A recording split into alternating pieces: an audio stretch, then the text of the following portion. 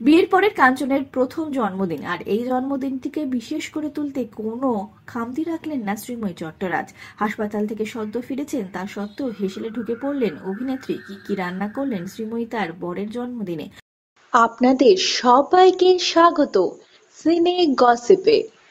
বন্ধুরা, 5ই মে সোমবার অভিনেতা কাঞ্চন মল্লিকের জন্মদিন। 54তে পা দিলেন অভিনেতা।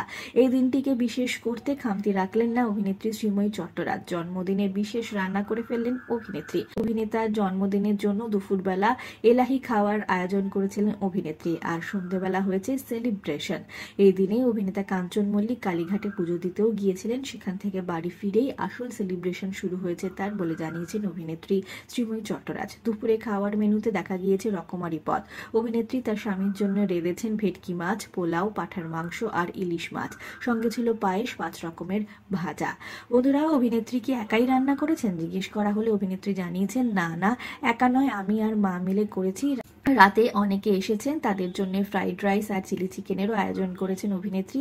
রাতের বেলায় কেক কেটেছেন অভিনেতা কাঞ্চন মল্লিক তার কিছু প্রিয়জন ও পরিবারের সদস্যদের মধ্যে। বিয়ের পরের জন্মদিনের জন্য কি দিলেন গিফট হিসেবে অভিনেত্রী হেসে জানিয়েছেন, গিফট এখনই তিনি দিয়ে উঠতে পারেননি, তার কারণ কাঞ্চনের অনেক কিছুই প্রয়োজন, যেমন ওয়ালেট, ব্যাগ এবং আরো অনেক কিছু, সেগুলি একসঙ্গে কিনে দেবেন, তাই তিনি অপেক্ষা করে আছেন। আসলে কলকাতার বাইরে ছিলেন ভোটের প্রচারে অভিনেতা কাঞ্চন মল্লিক।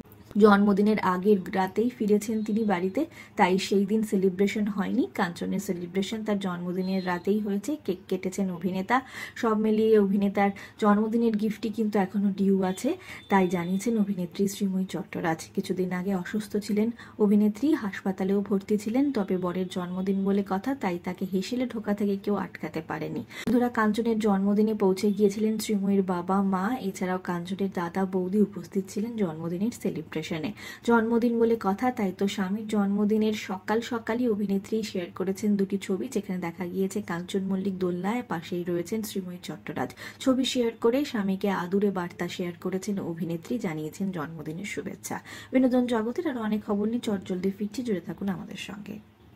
আমরা হলাম সিনে গসিপ, জুড়ে থাকুন আমাদের সঙ্গে। সাবস্ক্রাইব করুন আমাদের এই ইউটিউব চ্যানেলটি।